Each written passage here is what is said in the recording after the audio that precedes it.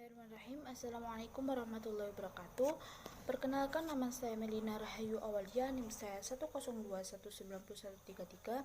Saya dari kelas Hukum Ekonomi Syariah E.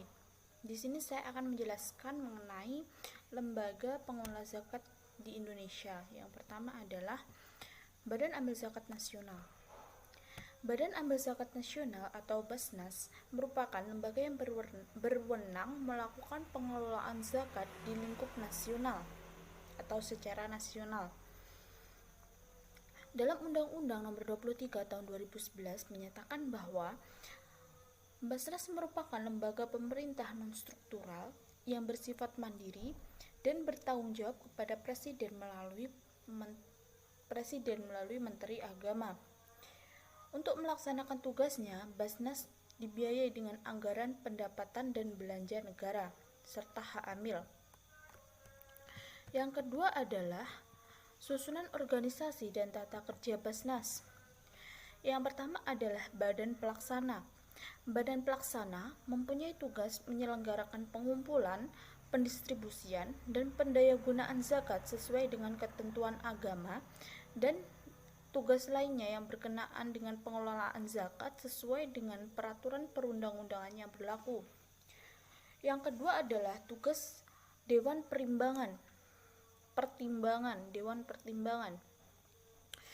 Pertimbangan memiliki tugas memberikan pertimbangan yang berkenaan dengan pelaksanaan pengumpulan, pendistribusian, dan pendayagunaan zakat kepada badan pelaksana agar tugas dari badan pelaksana berjalan dengan baik.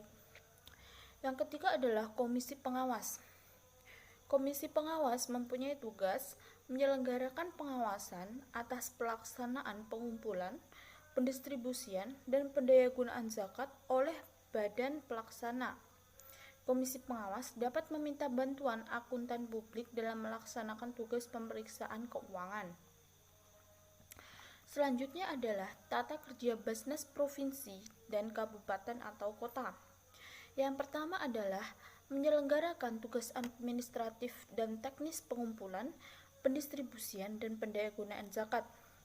Yang kedua adalah mengumpulkan dan mengolah data yang diperlukan untuk menyusun rencana pengumpulan, pendistribusian, dan pendayagunaan zakat.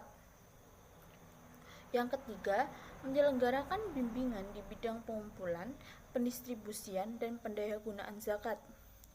Yang keempat, menyelenggarakan tugas penelitian dan pengembangan, komunikasi, informasi, dan edukasi di bidang pengumpulan, pendistribusian, dan pendayagunaan zakat. Assalamualaikum warahmatullahi wabarakatuh. Nama saya Darda Kurniawan. Di sini saya akan melanjutkan presentasi dari Mbak Melina, yaitu tentang lembaga amil zakat. Untuk membantu Basnas dalam pelaksanaan pengumpulan, pendistribusian, dan pendayagunaan zakat, masyarakat dapat membentuk lembaga amil zakat. Lembaga amil zakat adalah suatu sarana atau tempat pengolahan dana zakat, sedekah, dan infak yang dipercaya muzaki untuk menyalurkan pada pihak-pihak yang berhak. Di Indonesia terdapat dua lembaga pengelolaan, yaitu BAS dan LAS. Badan Amil Zakat didirikan oleh pemerintah lewat usulan Kementerian Agama, sedangkan lembaga amil zakat adalah lembaga pengelolaan zakat yang bersifat, yang pertama, pengukuhan lembaga amil zakat. Pengukuhan lembaga amil zakat dilakukan oleh pemerintah atas usul lembaga amil zakat yang telah memenuhi persyaratan. Pengukuhan dilaksanakan setelah terlebih dahulu dilakukan penelitian persyaratan. Pengukuhan dapat dibatalkan apabila lembaga amil zakat tidak lagi memenuhi persyaratan pemerintah. Yang dimaksud adalah satu, di pusat dilakukan oleh pemerintah agama. Yang kedua, di daerah provinsi dilakukan oleh gubernur atas usulan kepala kantor wilayah Departemen Agama provinsi. Yang ketiga, di daerah kabupaten atau kota oleh bupati atau wali kota atas usulan kantor kepala Departemen Agama kabupaten atau kota. Yang keempat, daerah kecamatan oleh camat atas usulan kantor urusan agama kecamatan. Kemudian syarat-syarat lembaga amil zakat. Yang pertama, terdaftar sebagai organisasi kemasyarakatan Islam yang mengelola di pendidikan, dakwah, dan sosial, berbentuk lembaga berbadan hukum, mendapat rekomendasi dari Basnas, memiliki pengawasan syariat baik internal maupun eksternal, memiliki kemampuan teknis, administratif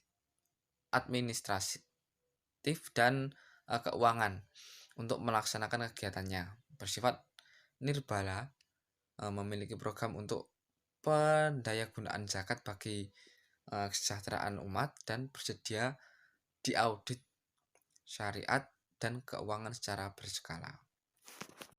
Yang selanjutnya yaitu indikator lembaga pengelolaan zakat yang baik.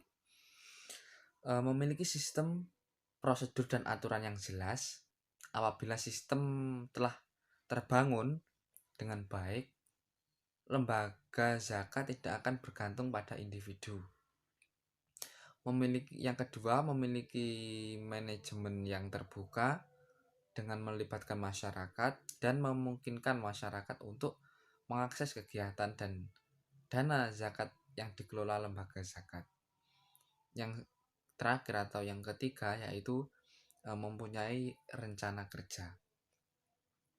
Demikian presentasi dari kami. Ada kurang lebihnya saya mohon maaf. Wassalamualaikum warahmatullahi wabarakatuh.